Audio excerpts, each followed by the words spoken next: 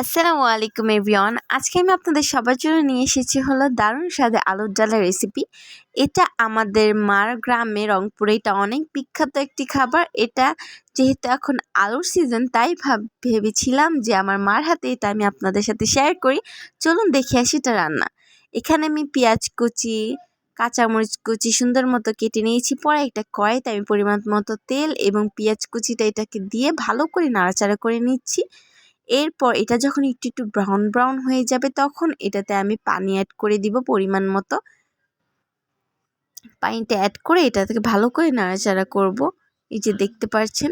এরপর এখানে আমি পরিমাণ মতো আদা রসুন অ্যাড করব, আপনারা আপনাদের পরিমাণ মতো অবশ্যই অ্যাড করবেন।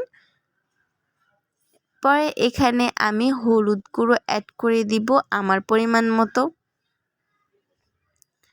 অ্যাড করলাম হলুদ গুঁড়ো। আমি হলুদ গুঁড়ো অ্যাড করেছি হলো 1 চামচ, আর একটু 1 চামচের অর্ধেক মানে 1.5 চামচ, এর বেশি অ্যাড করিনি।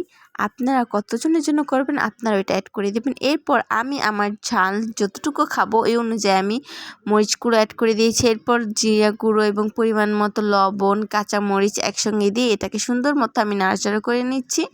আপনারা সুন্দর মতো এটা মিক্স করে নেবেন, নাড়াচাড়া করে নেবেন। এরপর আমি কেটে রাখা ধুয়ে আলুগুলো দিয়ে দিয়েছি। আলুগুলো তো আমি সিদ্ধ ইউজ করিনি, কাঁচা আলু এখানে আমি অ্যাড করেছি। পরে আমি এটা পানি দিয়ে সিদ্ধ করে নেব। এই যে এখানে আমি মশলাতে পানিগুলো দিচ্ছি আলুগুলো সিদ্ধ হওয়ার জন্য ভালো মতন। এরকম হলে আর কি তাড়াতাড়ি হয় ভালো। ওই দেখেন হাফ সিদ্ধ হয়ে গেছে, আমার মা রান্না করছে আর কি। দেখেন কালারটা কী পরিমাণে সুন্দর হচ্ছে, মনে হচ্ছে কি আলুর দম, কিন্তু না এটা আলুর দম না, আলুর ডাল।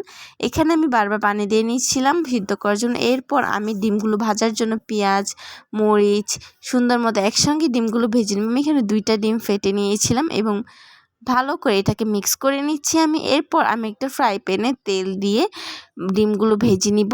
এই যে দেখেন 2টা দিয়ে ভাজলে কি আবরণটা খুব মোটা আসে এবং খেতে খুব ভালো লাগে আলুর ডালের সাথে। এই যে আমার ডিম ভাজা প্রায় শেষ।